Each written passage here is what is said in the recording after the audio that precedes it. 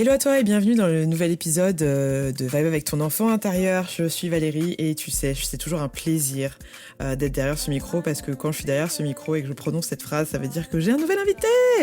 Et tu sais à quel point, si tu suis le podcast depuis le début, j'aime les femmes mais j'aime encore plus les hommes. Et c'est très très cool d'avoir des hommes qui viennent parler de leur enfant intérieur parce qu'on en a besoin, parce qu'on peut rien faire seul. Malgré ce qu'on essaie de nous faire croire, on pense qu'il faut être contre les hommes, etc. C'est pas vrai, c'est du mytho. Donc... Aujourd'hui, je suis accompagnée du coup d'un homme. Et quel homme? Il s'appelle Rodrigue. Rodrigue, bienvenue, comment vas-tu? Merci de me recevoir, je vais très bien. Enfin, très bien, avec la période qu'il y a, la température et tout ça, il faut se réchauffer. Mais sinon, ça va. Mhm. Ça va, ça va. Ok, Mm.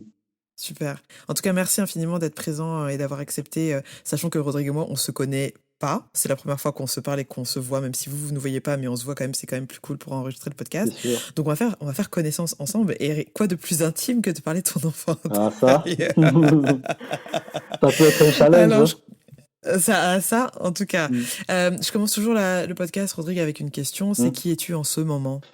Ben, en ce moment, je dirais que je suis une âme vagabonde qui s'explore, qui découvre des choses, qui se surprend, qui surprend aussi.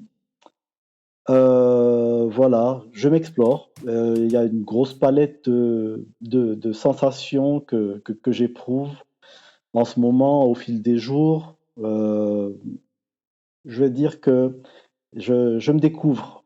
Je me découvre en découvrant aussi d'autres personnes et en essayant euh, si tu veux, de créer, si tu veux, des équivalences entre ce que je vois des autres et ce que je ressens en moi-même, quoi, tu vois. Donc, je suis un Hmm, explorateur, c'est tout. J'explore ma propre c'est déjà conscience. beaucoup. C'est déjà énorme. C'est C'est déjà ça. énorme. Est-ce que, est-ce que tu peux nous partager peut-être tes dernières découvertes dans ton exploration de conscience? Ben oui, ben, comme je disais, je- j'ai l'impression en fait que je suis rien et tout en même temps. Oh C'est-à-dire, my God. ouais, c'est-à-dire que je suis, Let's go deep. oui, c'est compliqué à expliquer. C'est que très souvent, je suis dans le silence parce que je médite beaucoup. Et à chaque fois que je sors de ce silence, je découvre que je peux être manipulateur, que je peux être, Hmm, que je peux être guerrier, que je peux être sensible, que je peux être, bref, c'est que à chaque fois que je sors du silence ou à chaque fois que j'entre en interaction avec quelqu'un, si je suis dans une position où je suis ouvert, j'arrive à me redécouvrir chaque jour, quoi, tu vois. Je me hmm, surprends parfois à m'énerver pour des choses qui ne m'auraient pas énervé. Je me surprends à être calme sur des sujets où j'aurais pu être énervé. Donc, en bref, je suis dans une perpétuelle ambivalence, tu vois. Et ça me va parce que hmm. je surfe dessus, tu vois. Donc, Comment est-ce que tu fais pour surfer dessus et pour pas te laisser pour pas me aspirer laisser par... parce que aspirer. Hmm. tu vois, tu peux te dire que, en fait, bah, je sais, je veux tout et son contraire, donc ça peut être un début de folie, même si, soyons, disclaimer, on est Ouais, tous fous. ouais. Mais comment est-ce que tu arrives à trouver un ancrage dans cette ambivalence? Ben, c'est surtout d'accepter ce qui vient en tant qu'émotion, tu vois. C'est Hmm, vraiment d'accepter ce qui vient et d'être en position d'observateur sans vraiment, si tu veux, m'identifier à ce que je ressens. Donc, hmm, vraiment être observateur et surfer sur ce qui arrive. C'est, c'est comme ça que j'y arrive, en fait, tu vois. C'est-à-dire que vraiment essayer de, tu sais, c'est un peu comme si j'étais un schizophrène, tu vois. Et que, et que, et que j'observais toutes ces personnalités hmm, en étant quelqu'un d'autre. Donc en fait, trois personnalités, si tu veux, il y en a deux qui sont, si tu veux, en train de faire le petit game et il y a l'observateur qui observe les deux, tu vois. Donc hmm. c'est un petit peu dans cette position que je me retrouve très régulièrement et parfois ça m'étonne moi-même, quoi. Tu vois, Hmm. c'est un peu ça. Est-ce que Ouais. est-ce que tu as toujours été comme ça ou c'est quelque chose que tu as développé au fur et à mesure du temps? Ben, j'ai toujours été comme ça et en même temps aussi, je l'ai développé au fil du temps. C'est-à-dire que, tu Hmm. sais, euh, je vais dire quoi? Quand j'étais petit, je vivais dans un environnement d'interdit. Donc, on Hmm. fait pas ci, on fait pas ça, tout est balisé, quadrillé. Et à un moment donné, tu sais, quand tu es un enfant, tu as quand même quelque chose qui te donne une tendance à être libre. Et à un moment donné, euh, tu t'imagines libre. Hmm. Ça me rappelle, tu sais, à l'époque, à mon époque, parce que j'ai 46 ans, et à l'époque où j'avais 6 7 ans, tu sais, le plus beau jour, c'était le mercredi. Parce qu'il n'y Mhm. avait pas classe. Et c'était encore plus beau lorsque ma mère n'arrivait pas à m'inscrire au centre. Donc, elle me laissait à la maison. Mhm. Et à l'époque, tu vois, avant le club Dorothée, tu avais récré à deux. Est-ce que tu peux juste préciser où est-ce qu'on était où Là, on est en France. Là, géographiquement on est en il y a France. 40 ans? Là, on est Ok, en en France. France. Et on vivait à Nanterre, tu vois. Hmm. Et là, lorsque j'allais pas au centre, je pouvais regarder la télé. Mais ma mère, elle travaillait. Hmm. Donc, elle pouvait pas m'inscrire au centre. Elle était obligée d'aller au boulot. Et moi, je restais à la maison. Mais j'étais tout petit, tu vois. Et Hmm. c'est là où j'étais libre. Je sautais Hmm. sur la table et tout et tout. Tu vois, tout ce qu'on m'interdisait. Donc, à un moment Ouais. donné, tu vois, les autres jours, ben, je me rappelais de ça. Et ça me faisait du baume au cœur, tu vois. Donc, et Hmm. finalement, tu vois, je parle de moi et je dis tu. Donc, je suis toujours en mode, tu vois, en mode schizophrène, tu vois. Mais tu vois, c'est hyper intéressant Mhm. parce qu'il y a beaucoup de gens qui le font, Mhm. sauf que toi, tu t'en rends compte. Tu vois, il y a Ouais. beaucoup de gens qui vont utiliser le tu ou le on. Mhm. Généralement, ils vont une forme de dissociation Mhm. en disant, tu sais, on a l'habitude de, tu sais, dans la vie, tu fais des trucs, etc. Ouais. Et c'est vrai que l'utilisation du jeu, parfois, est très pudique. Tu vois, Mhm. les gens ont du mal à dire je. Et moi, j'ai dû me reprogrammer pour parler de moi, de mon expérience. Oui. Mais je trouve ça intéressant d'utiliser le tu et d'en avoir conscience, de dire, tu vois, même là, Mhm. en fait, je suis même dans ce que je te raconte, je suis même en train Mhm. d'incarner ce que je te raconte, que je te dis que je fais. Voilà. Voilà, c'est ça. Tu vois? C'est ça. Mais ça, c'est surtout le fait d'avoir l'habitude, de prendre l'habitude d'être un observateur de soi-même, en fait. Hmm, Et, d'accord. et de reconnaître que, ok, là, je suis parti en live, j'ai rien maîtrisé du tout, je me suis énervé. Là, j'ai été amoureux, là, j'ai été sensible, là, j'ai été manipulateur, tu vois. Donc, tu te reconnais dans plusieurs facettes de ta propre personnalité et tu te rends compte qu'au final, euh, quand tu juges quelqu'un, ben, tu juges une facette de toi, Preach that preach. tu vois. C'est ça. Est-ce que, parce qu'il faut quand même on va aller chercher ton enfant intérieur, mais là Ouais. c'est juicy, donc je voudrais continuer là-dessus. Mais Mhm. est-ce que le fait de savoir que quand tu juges l'autre, tu juges une partie de toi et la plupart du temps c'est une partie un peu shadow, Mhm. ombre de toi, Ouais.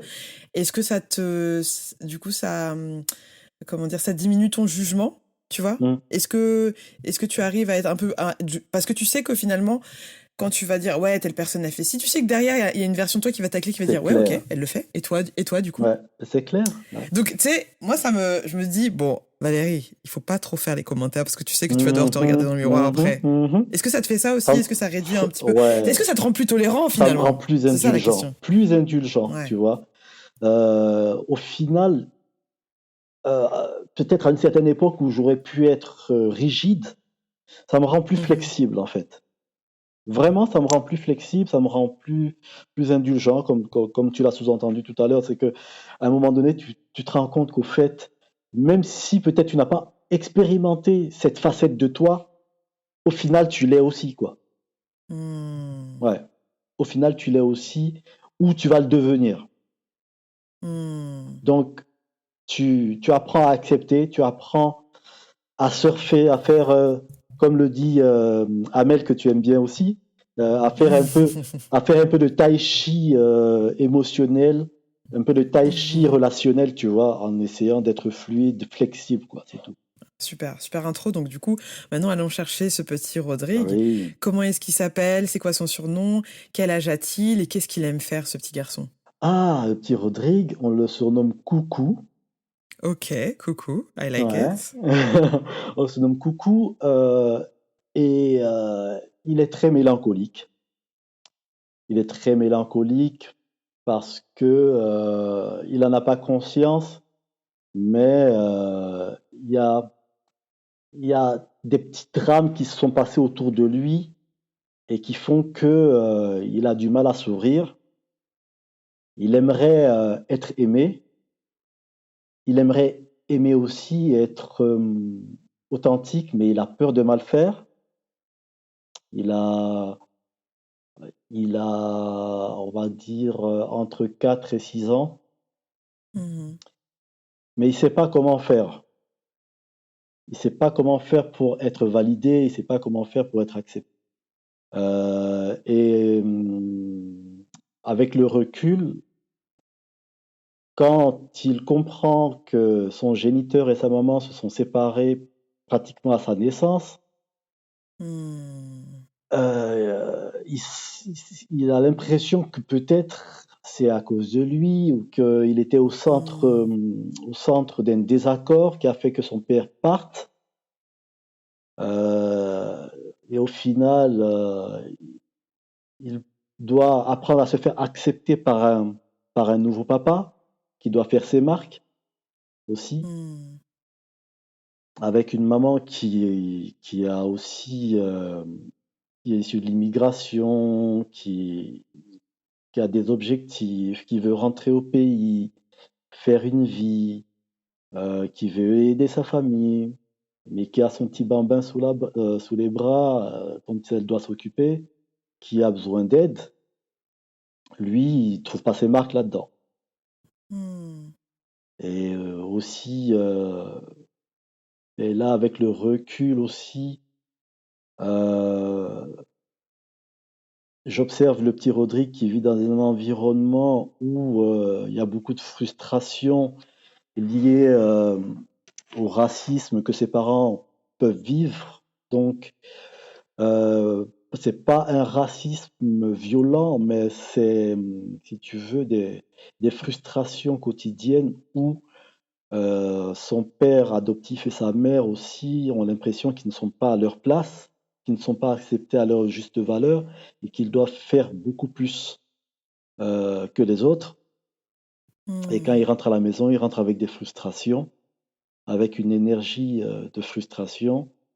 Elles le transmettent au petit Rodrigue et le petit Rodrigue aussi se dit qu'il faut se battre pour survivre, qu'il faut se battre pour être validé. Et ça commence par se valider, il doit commencer par se valider lui-même et réussir à être validé par ses parents aussi. Wow. Donc c'est un petit Rodrigue qui est perdu en fait. Hmm. Ouais. Tu as dit tout à l'heure que, et c'est ça que je trouve intéressant parce que là, pour le coup, on est dans une forme de dissociation avec ce podcast, qu'il y a toi qui est présent, Rodrigue de 46 ans, et Mm, puis il y a ce petit garçon qui est âgé entre 4 et 6 ans, mm, et c'est intéressant d'avoir les deux perspectives, à savoir, là, tu as parlé au nom de cet enfant et tu as dit, c'était un petit enfant qui finalement cherchait à convaincre le nouveau papa qu'il valait le coup d'être aimé, quoi, d'une certaine manière. oui, c'est ça. C'est ça? Ouais, c'est ça. Et alors que, je suppose qu'avec le recul que tu as et la perspective que tu as et, euh, et tout ça, c'est que en fait, finalement, c'est pour un petit garçon la charge que c'est Oui. de se mettre ça sur les épaules. Mm, Alors qu'en réalité, et surtout la charge, et peut-être que de l'autre côté, t'as un homme qui se dit, putain, il faut que ce gamin il m'aime. oui. Donc il est stressé aussi. Parce Ouais. que lui, c'est la première expérience qu'il a d'être père, si tu veux. Et en plus, il est Hmm. orphelin. L'homme en question est orphelin? Oui, il est orphelin. Oh Il est orphelin. wow! Hold on a Ouais. second, Tu vois, please! il est orphelin à 10 Pour ans. Donc, Attendez, s'il vous plaît, s'il vous plaît, s'il vous plaît, s'il vous plaît. Il faut que juste non parce que là c'est ouais, quand même ouais. OK. Moi, ce que je trouve assez ouf dans les introspections de manière générale, Mm. et c'est une raison pour laquelle je vais me former à la transgénéalogie, Mm. c'est-à-dire en fait l'étude de l'arbre généalogique et justement de ces répétitions-là, Ouais. que tu te rends compte avec le recul, parce que aussi, je suppose que tu as posé des questions ou que ça a été dit à un moment donné, Mhm. que toi, tu te retrouves dans une forme, tu deviens orphelin, entre guillemets, Mhm. avec un papa qui s'en va à ta naissance, Mhm. et que la personne qui t'adopte est lui-même orphelin. Tout à fait. Et c'est là où tu vois que, en fait, oui, en effet, il y a des liens du sang qui sont importants et qui sont forts, Mm. mais quand on parle de famille, là, Mm. c'est pas que le lien du sang. Ah non. Et il y a quand même tu vois, c'est fou, Ouais. et je suppose que si tu remontes dans son arbre à lui, Mm. il y a des bails similaires. Sûrement, ouais. C'est, Ouais, sûrement. Quand tu remontes, c'est compliqué. Son père à lui, il est allé en prison parce que à l'époque waouh. il était juge et tu sais les vagues Oh my de God. décolonisation et tout ça, Oh de my God. colonisation et tout ça, il est allé en prison.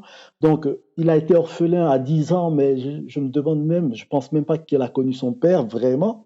Donc son père, juste pour repréciser, on parle de décolonisation au Cameroun, hein? Au Cameroun, ouais. C'est ça? Oui. Ok. Donc, tu te rends compte que lui-même, la figure paternelle, euh, il l'a pas vraiment. Il l'a, si tu veux, par emprunt, parce que il y a des cousins de son père, il a des frères, des grands frères aînés. Tu sais, à l'époque, nos grands-parents, ils faisaient parfois des enfants très jeunes. Après, ils font des enfants très tard. Donc, au final, il avait un grand frère qui aurait pu être son père. Donc, il a des figures paternelles, on va dire, mais son propre père à lui, si tu veux, il le connaît par procuration, parce que, bon, à 10 ans, Hmm. et en plus de ça, dans ces 10 ans-là, son père va en prison, tu Waouh. vois un peu que c'est chaud. Donc, quand, C'est beaucoup. ouais, quand il arrive en France, parce que ma mère tombe amoureuse de lui, quand moi, je vais me faire circoncire au Cameroun, à 3 ans, environ. Hmm. Quand je vais me faire circoncire au Cameroun, mon père, celui qui va devenir mon père, vit chez,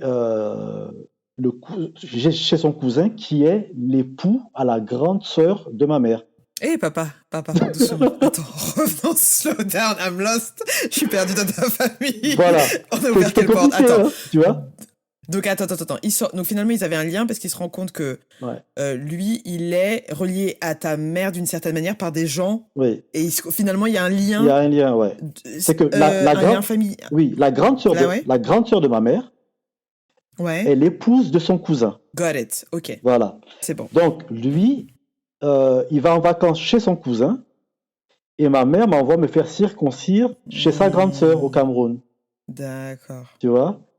Donc, c'est comme ça qu'il se rencontre quand elle vient me rejoindre. Tu vois? Ils se Hmm. rencontrent, ils tombent amoureux et tout et tout. Elle repart au Cameroun avec moi et lui il vient nous rejoindre. Elle repart en France Ouais, et ok. ouais.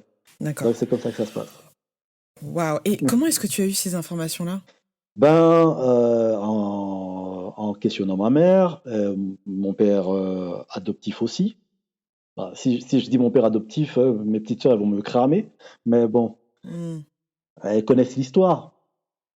Mais ouais, donc en fait après c'est un secret de polichinelle. Hein, les petits frères à ma mère me racontent aussi, tu vois. Lui-même, mon père me le Hmm. raconte, ma mère. Donc franchement, ça se raconte quoi, tu vois. Au final, les pièces du puzzle elles s'emboîtent.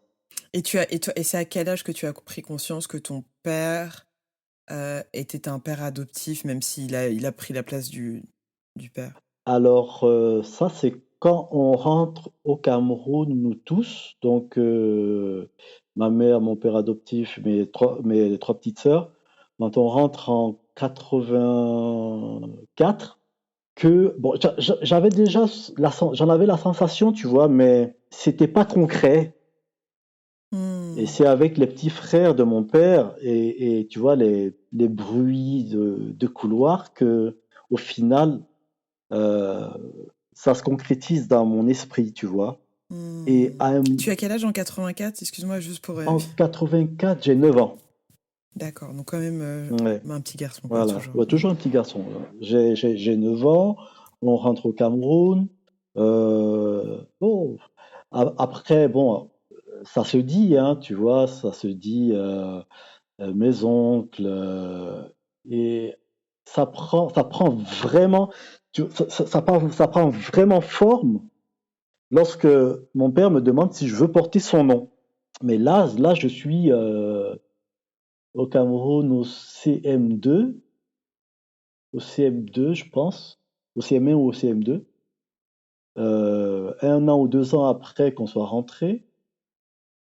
Et c'est là il me demande si je veux porter intégralement son nom. C'est-à-dire qu'on enlève le nom de jeune fille de Hmm. ma mère, parce que c'est celui que je porte, et il me demande si je veux porter son nom. Hmm.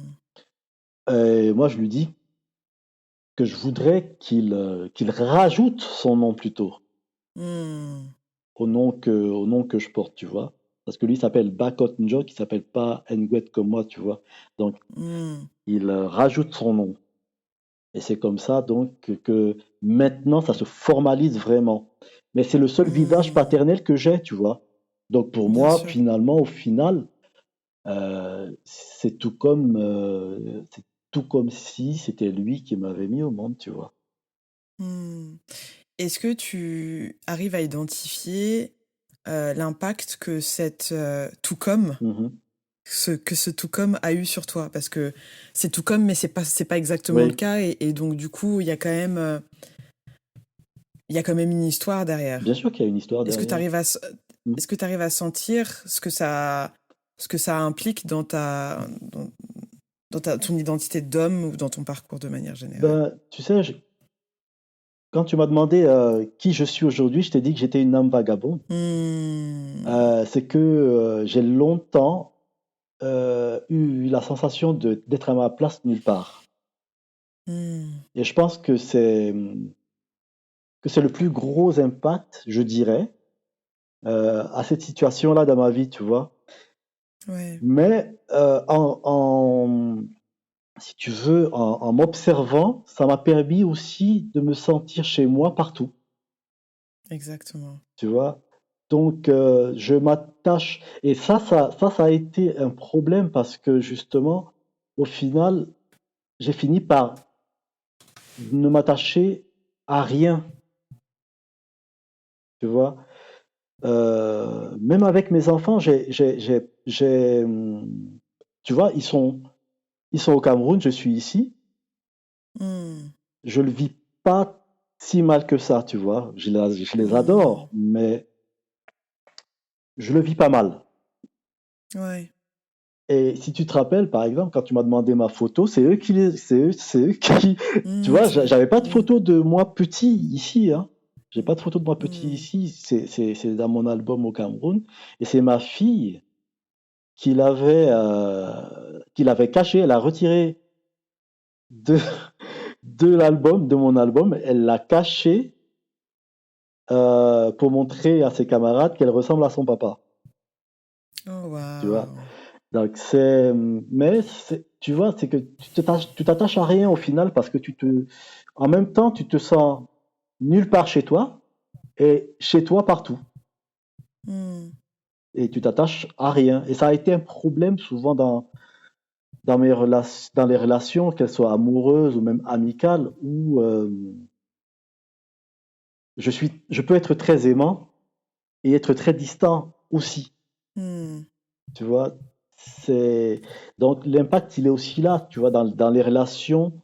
Je peux être attachant, je peux être distant, je, tu vois, je peux vraiment switcher d'une personnalité à l'autre comme ça. Mhm. Donc c'est un peu ça. Est-ce que dans ton enfance, du coup, parce que tu as eu des petites sœurs après, c'est ça? Oui. Donc de ta maman et de ton père. Mhm. Oui. Et est-ce que tu t'es senti autre? Tu vois? Est-ce que tu t'es senti différent? Tu sais, comme si eux, ils étaient, oui, tu fais partie, mais bon, tu sais que eux, ils sont vraiment, et toi, Ouais. en vrai, non. Ouais. Ouais. Euh, oui, mais tu sais, je l'ai ressenti par l'excès d'effort de faire en sorte Euh, qu'on soit pareil, c'est-à-dire qu'on soit logé à la même enseigne. hmm. J'avais la sensation, et je l'ai toujours eu en fait, qu'il y avait un excès d'effort, C'est un truc de ouf tu parce qu'en vois. fait, tu sais, tu te dis, en fait, comment on va faire? On fait comment pour préserver les enfants? Parce que Mm, quand il y a ça, il se passe comme une histoire comme la tienne, mhm, euh, et ben en fait, tu peux tomber dans des familles où en fait on va vraiment, et ça c'est, on a beaucoup d'exemples comme mm. ça. En gros, t'es l'enfant, tu vois, le vilain petit canard, Ouais, donc tu le sens dans ta chair. ouais, Et quand bien même il y a une volonté de ne pas te faire sentir comme un vilain petit canard, ouais. le fait qu'on essaye de faire en sorte que tu ne te sentes pas comme un petit vilain Du petit canard, tu canard, dis ouais, en fait, ouais, je suis le ouais, petit, voilà, tu vois. je suis le vilain petit canard, les gars, laissez Et c'est tomber. ça, c'est que, tu sais, il y a des enfants qui sont sensibles, et moi je suis assez sensible, tu Hmm, vois. Et, et tu vois, j'observais les choses sans pouvoir y mettre de mots, mais je sentais hmm, que il y avait quelque chose qui allait pas, tu vois. Et il y a quelque chose qui me vient aussi à l'esprit, et j'ai l'impression, parce que j'ai longtemps hmm. pissé au lit, Jusqu'à quel âge? ouh, je crois jusqu'à 13 ans. Ouais. Ouais, jusqu'à 13 ans. Et tu vois, peut-être, avec le recul, je me dis peut-être que c'était un message ou je sais pas, que je voulais transmettre par là. J'ai jamais compris. Mais cet excès, cet excès d'effort pour montrer que tu es comme les autres, ben, au final, ça te parle. Ça te parle. Hmm. Et il y a aussi une autre petite anecdote, mais ça, je suis plus grand quand je le découvre, c'est ma mère qui me dit que, en fait, elle souhaitait avoir une fille. Oh, wow. Donc, Shit. en fait, quand elle était enceinte de moi, c'était une fille qu'elle voulait. Ce qui fait que ma première layette, c'était des vêtements de fille. Et normalement, j'aurais été une fille, j'aurais porté le prénom que ma petite sœur, celle qui me suit, porte maintenant. D'accord. Hmm. Et ça, comment tu vis ça? Comment Oh, t'as reçu ça? Parce que, tu sais, enfin, euh, j'ai l'impression que cette volonté des parents, et on le voit, tu vois, dans tout ce qui est baby shower, ouais, gender reveal, on a mode, toi tu veux quoi? ouais, Moi je veux un garçon, moi ouais, tu veux quoi? Moi je veux une ouais. fille, etc. C'est cute, c'est mignon, mais en même temps, c'est un pari dangereux. Mhm, Et c'est des intentions dangereuses parce que typiquement, pour revenir à la culture africaine et particulièrement bamileke ou bantou de manière générale, mhm, c'est, enfin le sentiment que j'ai, peut-être que c'est une déformation liée à mon paradigme, mhm, c'est genre, en gros, vaut mieux avoir un garçon en premier. C'est mhm, mieux parce que le garçon va porter le nom, parce que le garçon, là, là. Et donc quand naît la fille, mhm, euh, tu sais, c'est comme s'il y avait une forme de déception qui est pas verbalisée, mhm. mais c'est juste que, gars, la fille, il va falloir payer la dot. Il va Ouais. falloir, elle va partir. Ouais, c'est vrai. Ça fait C'est vrai, beaucoup. c'est vrai, c'est vrai. Et j'ai pas entendu, moi, je sais que ça doit exister bien évidemment, Mhm. mais c'est intéressant d'avoir du coup une autre perspective où finalement t'as une maman qui dit mais moi je veux une femme, Ouais, ouais, ouais. je veux un enfant, une fille, et en fait elle se retrouve avec un petit garçon, Mhm. et la déception liée au genre en fait, sur lequel Ouais, t'as pas la main, on choisit pas. ouais. Mais c'est bien que tu parles de ce paradigme traditionnel de chez nous, parce que chez les Bamileke, par exemple, et les Bassa, ça peut être différent. Pourquoi? Hmm. Parce que peut-être que chez les Bamileke, on a une structure beaucoup plus patriarcale. Chez les Bassa, Hmm. c'est plus matriarcal. Parce que Hmm. justement, chez les Bassa, on va te dire que c'est mieux d'avoir une fille.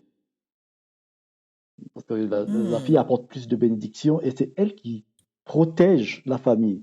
Donc, c'est elle qui va protéger ses frères si jamais elle a des frères après. C'est elle qui va les protéger. Ce Waouh, sera une ok. seconde maman. Ok, je veux dire, yeah, super jusqu'à seconde maman, merde, charge mentale. Tu vois?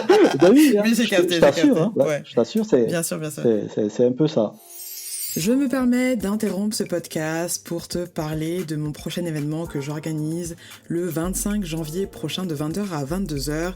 Je lance les premiers cercles de libération de la parole sur le thème de l'enfant intérieur en ligne, s'il te plaît.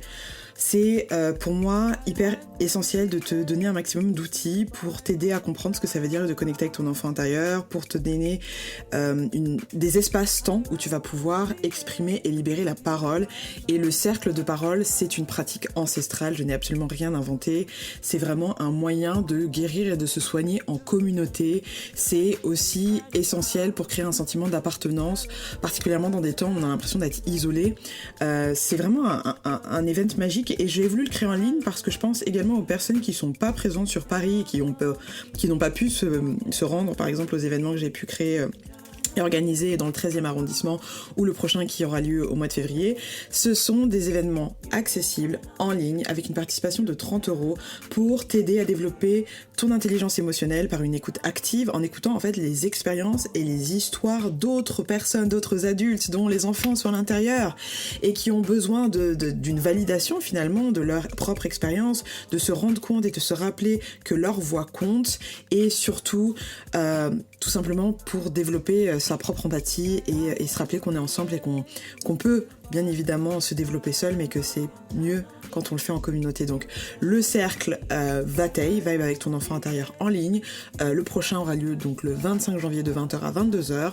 C'est très simple, toutes les informations se trouvent sous cet épisode, ou alors si tu vas sur le compte Vibe avec ton enfant intérieur, dans la bio sur Instagram, tu trouveras toutes les informations. Je t'invite vraiment cette année à investir sur toi parce que c'est le meilleur investissement que tu vas pouvoir faire. Les bitcoins c'est cool, la crypto-monnaie c'est super, les trucs d'intelligence artificielle, tout ça c'est de la bombe, fine, mais toi t'es encore plus stylé que ça et c'est une valeur qu'on pourra jamais t'enlever. Donc rendez-vous le 25 janvier prochain de 20h à 22h pour le cercle de parole, libération de la parole, va avec ton enfant intérieur. Je suis ravie, merci infiniment pour ta patience et pour ton écoute.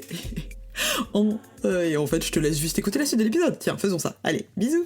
Et toi, du coup, le fait pareil, c'est toujours ça, c'est qu'est-ce que tu sais de ton histoire, et a priori, tu sais quand même vachement de trucs parce que t'as allé creuser, t'as allé chercher, t'as posé des questions, t'as osé poser des questions, on en reviendra de cette audace finalement, qui est finalement pas une audace, mais un droit de savoir quelle est ton histoire. Mais est-ce que tu vois l'impact que ça a eu est-ce que ça a eu un impact particulier sur ta vie de te dire, en fait, j'ai une maman qui voulait une fille, et, déception, elle a un garçon, et en plus, elle a un garçon, et quand il naît, bim, le père, il s'en va. Ouais.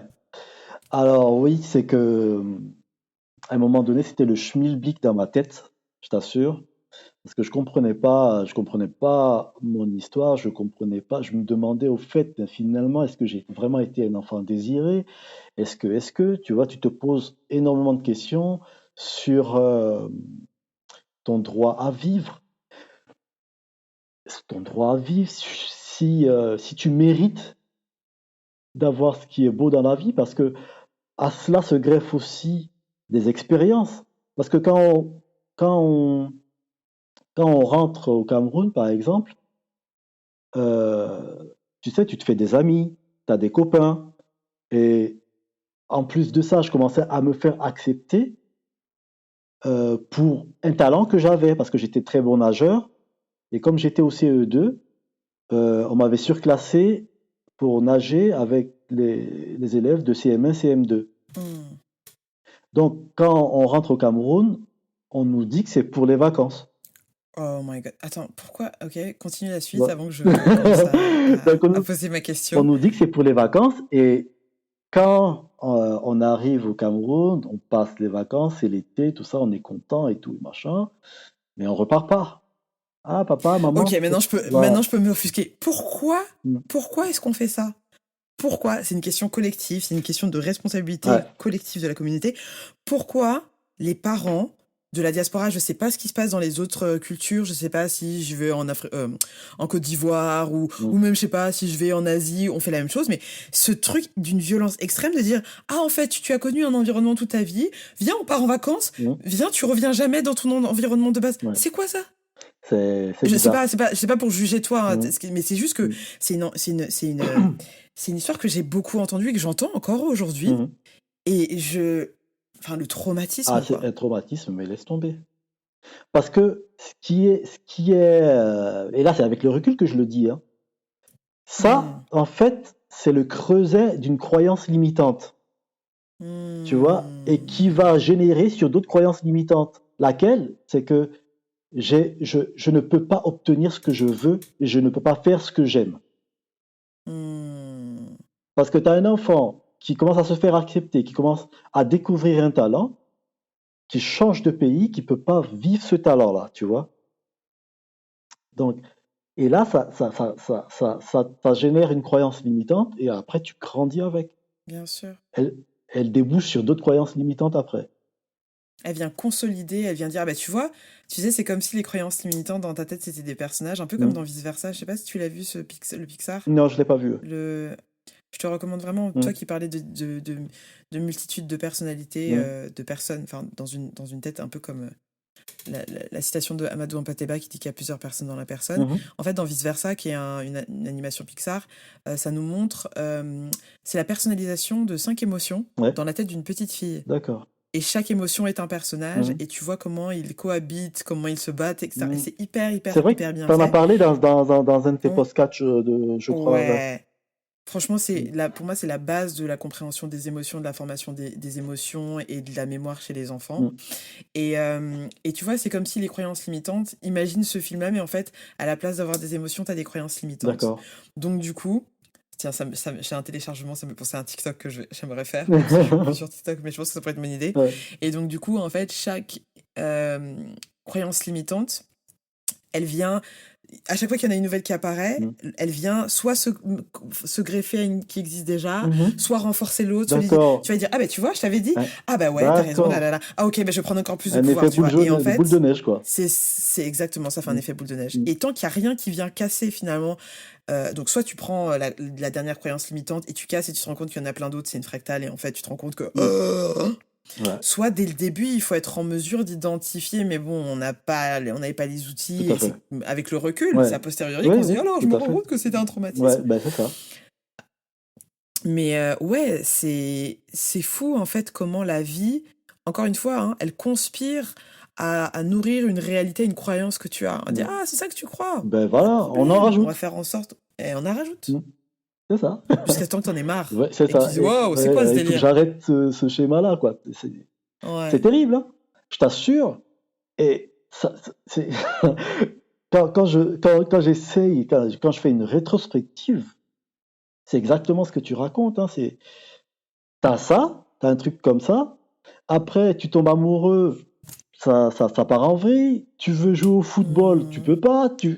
Donc, en fait, tu enchaînes, si tu veux, des situations de frustration, quoi. Ouais. Je- Et ça je- fait écho à la Ah frustration ouais, mais avec laquelle grave, tes parents rentraient c'est ça. quand tu étais enfant. Mhm.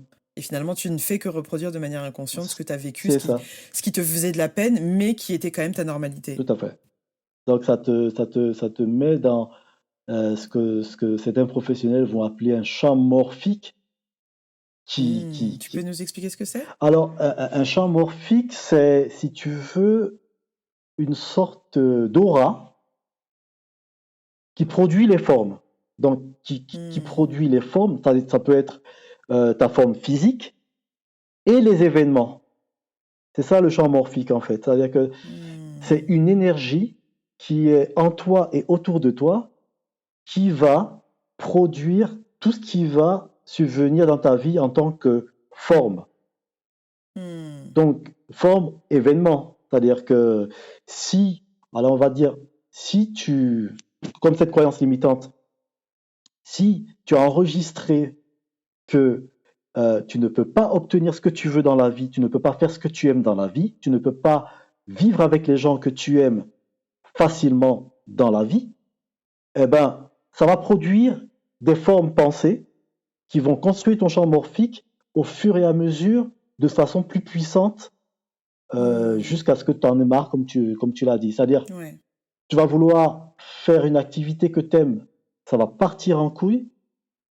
Tu vas vouloir aimer quelqu'un, quelque chose va forcément se produire pour que ça s'arrête.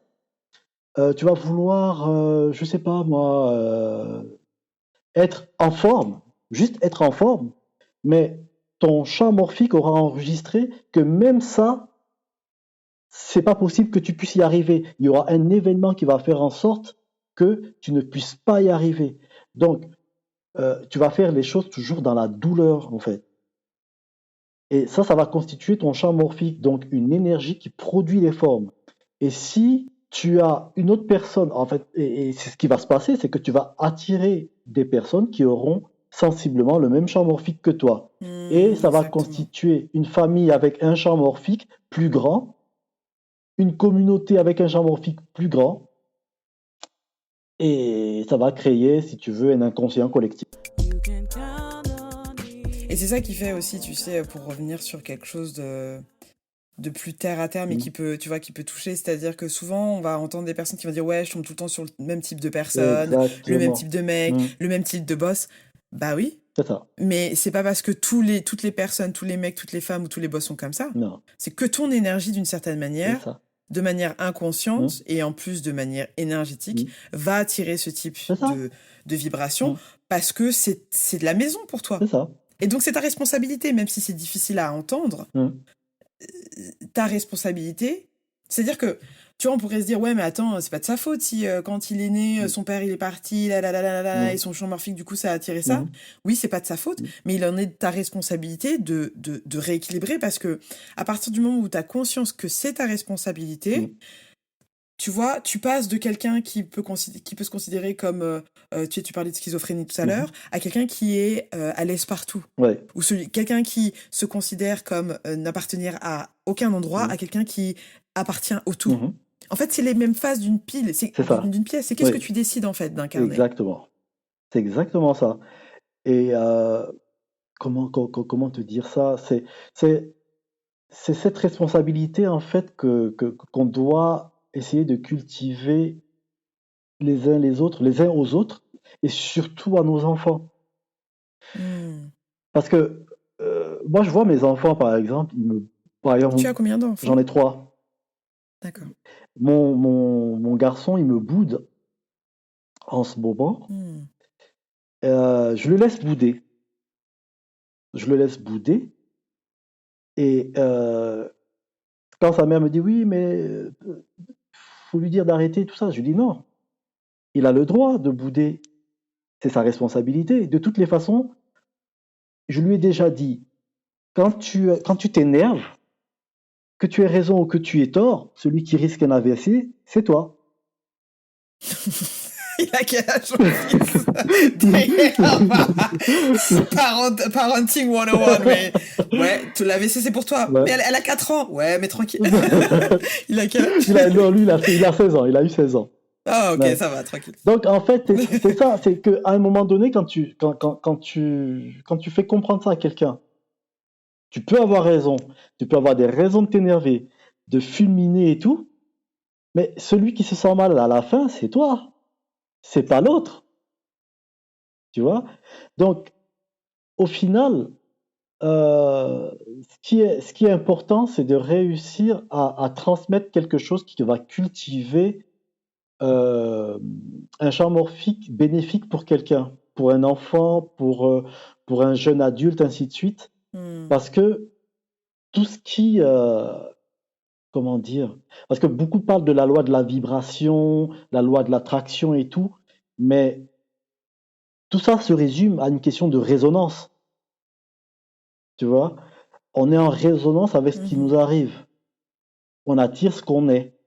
Donc, si tu es un enfant mélancolique, si tu es un enfant frustré, mais tout ton environnement ne sera que frustration, que ce soit par les relations, que ce soit au boulot, que ce soit à l'école, que ce soit dans le sport, que ce soit dans quel que soit le domaine de la vie, ben, tout ne sera que frustration si on ne fait rien pour changer ce schéma-là. Malheureusement, les parents n'ont pas Hmm. toujours les Et outils et la compréhension qui permet d'inverser la tendance. bah, déjà, faut arriver à le faire pour soi avant de Mm, commencer à. Tu mm, vois, enfin, je sais pas, moi j'ai pas d'enfant, mhm. hein, en tout cas pas que j'ai accouché, mais je me dis pour pouvoir faire ce travail-là, il y a un travail à faire sur Euh, soi d'abord pour ben pouvoir c'est euh, transmettre ça, Ouais. pour incarner, parce que tu peux Ben, parler, c'est le tu seul peux dire oui, il travail en faut, réalité. nanana, mais toi, si tu l'incarnes C'est pas, si en tu le fais fait, sur toi-même les... que tu peux aider les autres à le Hmm, faire. Parce que de toutes les façons, si t'es pas guéri, toi, comment est-ce que tu peux aider quelqu'un à guérir? Si t'es pas en paix, si t'es pas en paix, comment est-ce que tu hmm, peux transmettre la paix à quelqu'un? C'est pas possible. À un moment donné, ça vibre pas. hmm. À un moment donné, ça vibre pas. Donc, euh, quand t'es quand t'es un enfant, tu vis les choses, tu vis les choses d'une façon irresponsable, on va dire, parce que tu Mhm. subis, tu subis. Et justement, lorsqu'on vit dans un environnement comme celui où j'ai vécu, tu as l'impression qu'être, que c'est être une victime qui va faire en sorte qu'on t'aime. Oui, c'est Oh, que, waouh, tu peux nous en en dire plus par fait, rapport à ça? euh, quand tu es un enfant d'émigrés, surtout, dans les années 80, 70-80, tes parents, ils vivent des injustices. Ils ramènent cette injustice à la maison, ils sont en Hmm, colère, ils sont pas cool, quoi. Même s'ils veulent, ils peuvent pas être cool. T'as un papa ouais. qui va à l'école, donc qui va à l'université, qui est brillant à l'université, qui est obligé d'être veilleur de nuit. Il peut pas être cool, Oh my God. tu vois, il peut pas être cool. La C'est clair. maman, elle est secrétaire sténodactylo, elle fait ce qu'elle peut et tout. C'est compliqué, elle peut pas être cool. Il faut gagner de l'argent, il faut gagner son pain. Et en plus de ça, il y a des petits, tu vois, il y a des frustrations liées à sa couleur de peau, et ainsi de suite. Donc, tu peux pas être cool. Et en plus de ça, quand tu as des oncles, des tontons et tout ça, ça parle aussi de leurs frustrations et tout ça à la maison, et toi, oui, tu baignes dedans. Bien sûr. Tu baignes Tu baignes, dedans. en fait. Tu Et à un baignes moment dans cette... donné, tu as Ouais, tu baignes dedans. l'impression que tu vis dans un environnement où tu dois soit en faire plus, soit faire pitié pour être accepté. Et toi, en tant qu'enfant, Wow, my tu God. l'enregistres et tu te dis, ah, il faut être une victime ou il faut faire pitié pour obtenir quelque chose. Tu vois? Tu peux pas être toi-même, Hmm. être turbulent parce que c'est interdit. Donc, si tu es turbulent, parce que les enfants turbulents, ils sont eux-mêmes. Tu vois? Turbulent, Hmm. Et puis c'est ça veut dire quoi l'enfant qui turbulent? tient pas Parce en que, place, enfin, tu tu vois. vois, qui joue tout le temps. Mais, hmm, Mais c'est ça. Mais tu vois ce qu'on dit? ouais. Turbulent, l'enfant qui ne tient pas en Voilà. place. C'est Un enfant, normal. ça tient pas en place. Voilà, c'est En normal. fait, c'est son programme de base. C'est Non, pas là pour voilà. tenir. C'est ça. Il C'est est la censé nature courir dans d'un les enfant. champs, un enfant, tu vois. Un enfant, Ouais. ça doit péter le feu, on va dire. Hmm. Mais, mais, et en plus, il faut voir l'image, tu sais. Déjà, en région parisienne, même maintenant en 2022, tu peux pas faire de bruit n'importe comment en appartement. Imagine en C'est 1980. clair. Et en plus Bien de ça, sûr. t'es noir. Seigneur. Bien sûr. Ah, déjà, le bruit et l'odeur. Donc, faut peut-être pas, hein. Il y a d'ailleurs un Ouais, super ouais, podcast qui s'appelle ouais, comme ça, Les enfants moi du j'en ai bruit et de entendu l'odeur. Je sais parler pas si aussi, ouais. tu, Et tu si tu es vois, familier expo. Ouais. donc tu dois te faire tout petit. Et toi, t'es un enfant, que tu sois hypersensible ou non, tu vis dans un environnement comme ça, tu enregistres dans ton ADN parce que ça devient une identité, un programme qui te Ouais, ton dit programme. pour être, Hmm. pour exister, il faut que tu te fasses petit, que tu rases les murs, que tu fasses pitié, que tu sois une victime. Donc, que tu te mettes à carreau. Il y a quelques années auparavant, on m'aurait dit Hmm. que je ferais un podcast comme ça. J'aurais dit, vous vous foutez de ma gueule ou quoi? Même, même pour aller, tu sais, nos fêtes au Cameroun ou bien en Afrique, j'avais honte d'aller me servir parce que ça me Wow. My gênait. God. bien sûr. Ouais. Ton existence, en fait. Attends, faut pas que Mm. j'existe, quoi. Et donc, du coup, ça t'empêche aussi, en Mm. tant qu'homme, parce que je le vois autour de moi un petit peu, j'ai l'impression que ça Beaucoup. empêche Mm. d'embrasser votre Beaucoup. puissance, tu vois. Parce que là, on a parlé que du fait de Mhm. devoir, soit tu en fais 2 fois plus, soit tu fais pitié. Et puis ensuite, il y a le regard Mm. de l'autre qui est posé sur l'homme noir. Et c'est pour ça que je veux absolument Mhm. avoir plus d'hommes. Pas que des hommes noirs, mais plus d'hommes en tout cas. Parce que c'est une Oui. perspective Mhm. qui m'est étrangère de par mon genre.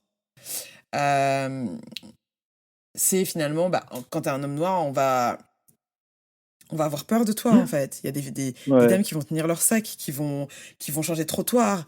Tu vas te faire. Et ça, c'est un truc que Oui. j'avais pas conscientisé la charge mentale de l'homme noir. Il y a aussi une charge mentale, je suppose, de l'homme maghrébin. Je suppose qu'il y a une charge mentale Forcément. de l'homme Mm. asiatique. Il y a une charge mentale de l'homme Mm. blanc. Il y a Mhm. une charge mentale de l'homme de manière générale. On parle beaucoup de la charge mentale féminine. Et c'est pas parce qu'il y a une charge mentale de l'homme que ça enlève la charge Mhm. mentale féminine. C'est pas genre, on est dans un monde, pour le coup, C'est d'abondance, clair. donc tout le monde Mm. a sa charge C'est mentale, ne clair. vous C'est inquiétez pas, il y clair. en aura pour tout le monde.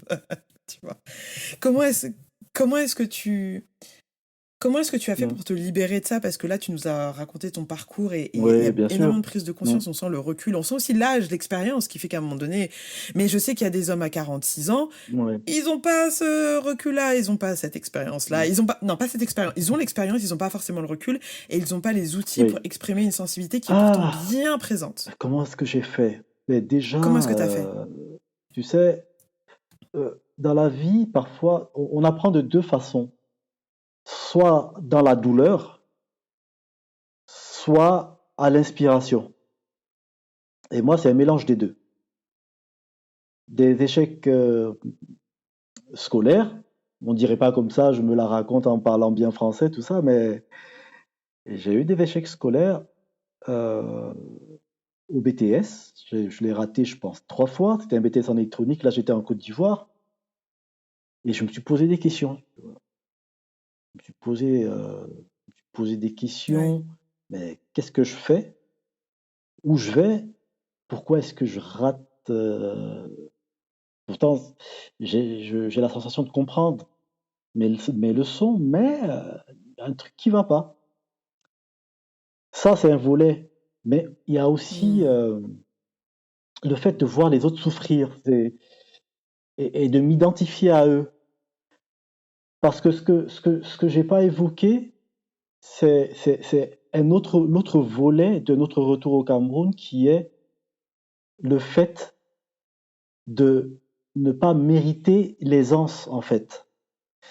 Pourquoi? Parce que quand on est en France, on vit dans le manque et dans la frustration et dans les interdits et si tu veux, dans le manque d'épanouissement. Mais quand on rentre au Cameroun, c'est différent.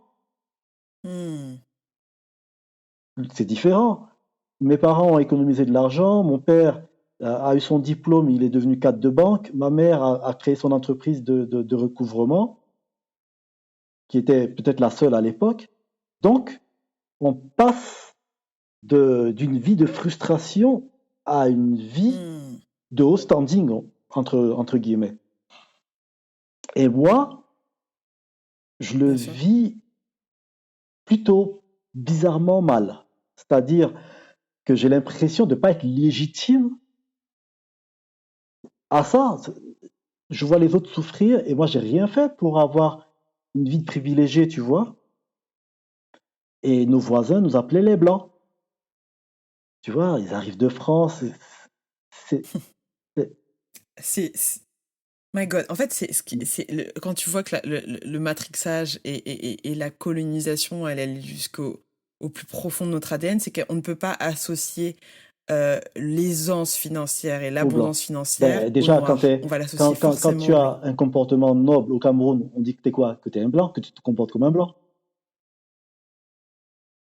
Bien sûr, Mhm. mais même quand tu t'exprimes bien, C'est ça. guillemets, on dit que tu parles comme un blanc.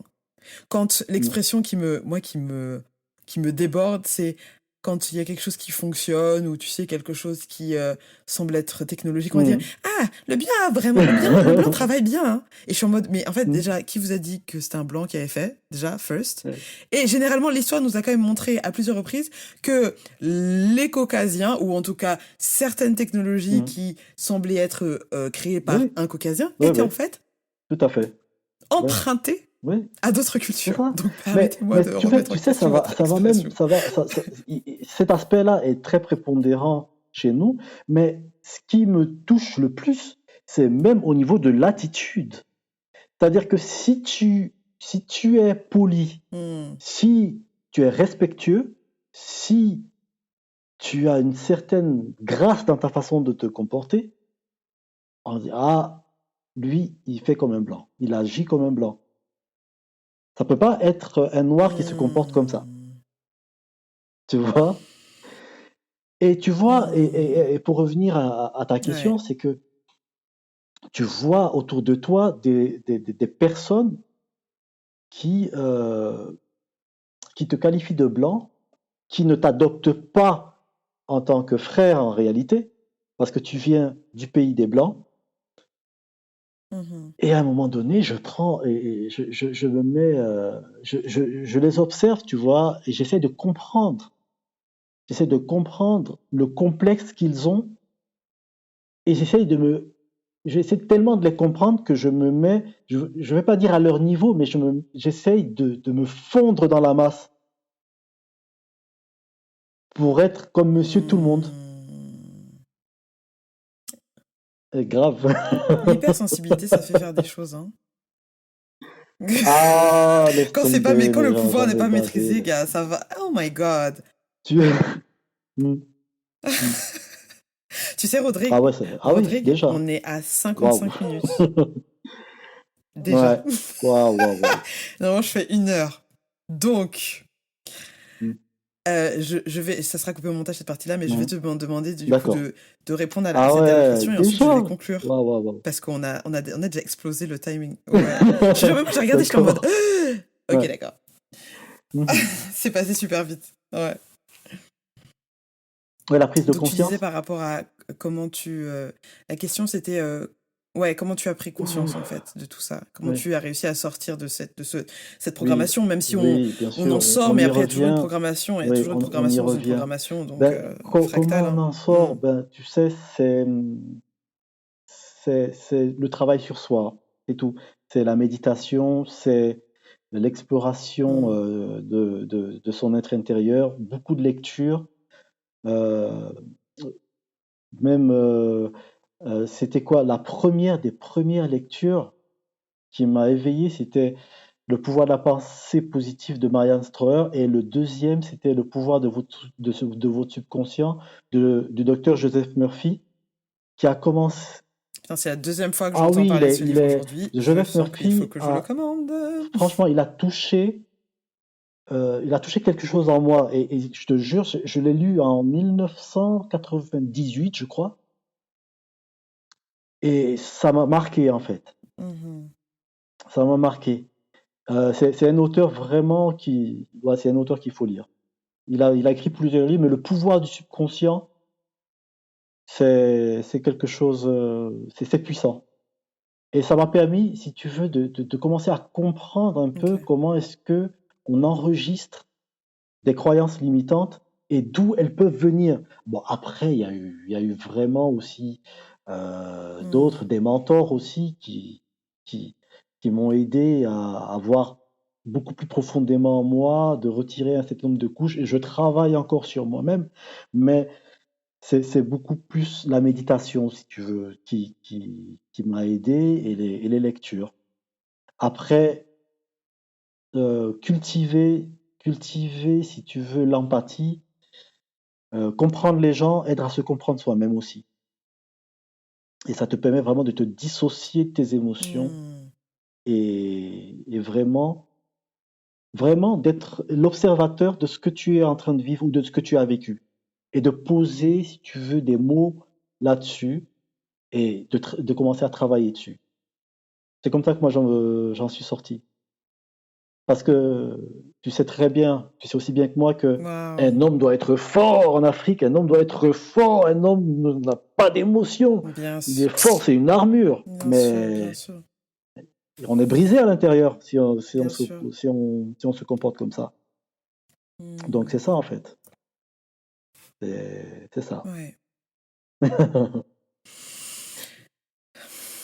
Rodrigue, Ah ouais, on arrive à la j'ai fin de pas ce podcast, c'est passé vu. tellement vite, mais moi, ça m'a dépassé, tu vois. Là, Ouais, j'ai été prise par le temps et du coup, je pense qu'on fera sûrement, ouais, tu vois, dans une prochaine ouais, saison, on sûrement. fera un épisode 2 avec Hmm, Rodrigue. J'aimerais te poser quelques dernières questions mhm. avant qu'on s'arrête, qu'on se quitte. Si tu pouvais me donner un plat qui te Un fait penser à plat qui ton me fait enfance, qu'est-ce que ça penser serait? à mon enfance. Ah ça, c'est franchement beignets haricots bouillis. Ça, c'est tellement, c'est-à-dire que c'est fort, c'est doux, c'est, ça réconforte, tu vois. Ma mère faisait de la bouillie Hmm. et elle faisait les beignets. Et quand on est rentré, là, on était en France, mais après, quand on est rentré au Cameroun, j'ai redécouvert ça, étant encore petit. Franchement, c'est, les beignets, ça donne de la force. Le haricot, c'est épicé et la bouillie, c'est doux, tu vois. Et ça, quand je pense à ça, Hmm. rien que d'y penser, là, rien que d'en parler, là, ça me, tu vois. Je vois ça, je vois ça.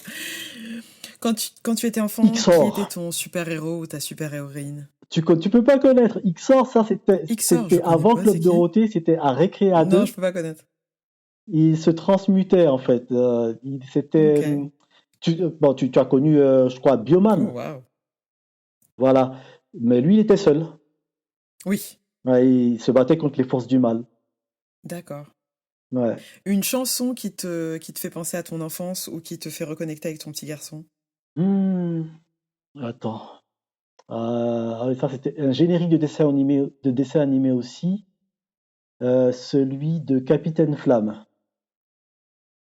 Capitaine Flamme, tu n'es pas. Tu vois, c'est ça. Capitaine Flamme, tu n'es Ouais. pas. C'est ça? Oh, ok, ça je connais. Et enfin, avant-dernière question, de quoi est-ce que ton enfant intérieur a besoin que tu ne lui Le donnes pas jeu, suffisamment en ce je moment? joue pas assez. Je joue plus assez. Hmm. J'aime faire le pitre, j'aime faire des grimaces et tout.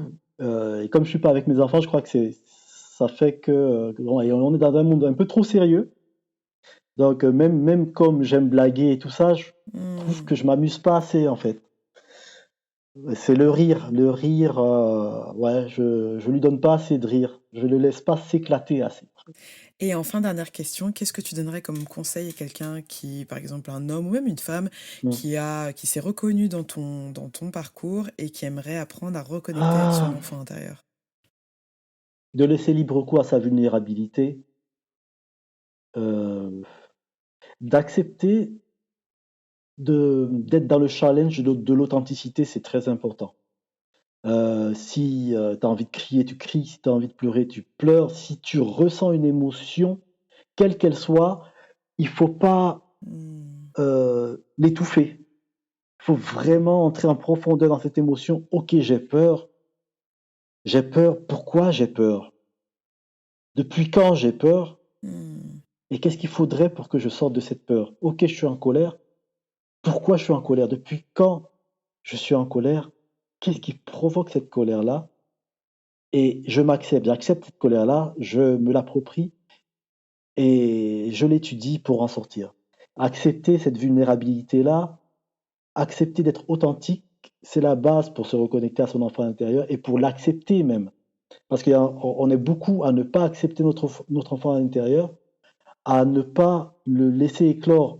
On se dit que c'est pour les mauviettes, surtout Ouais. nous les hommes. Mais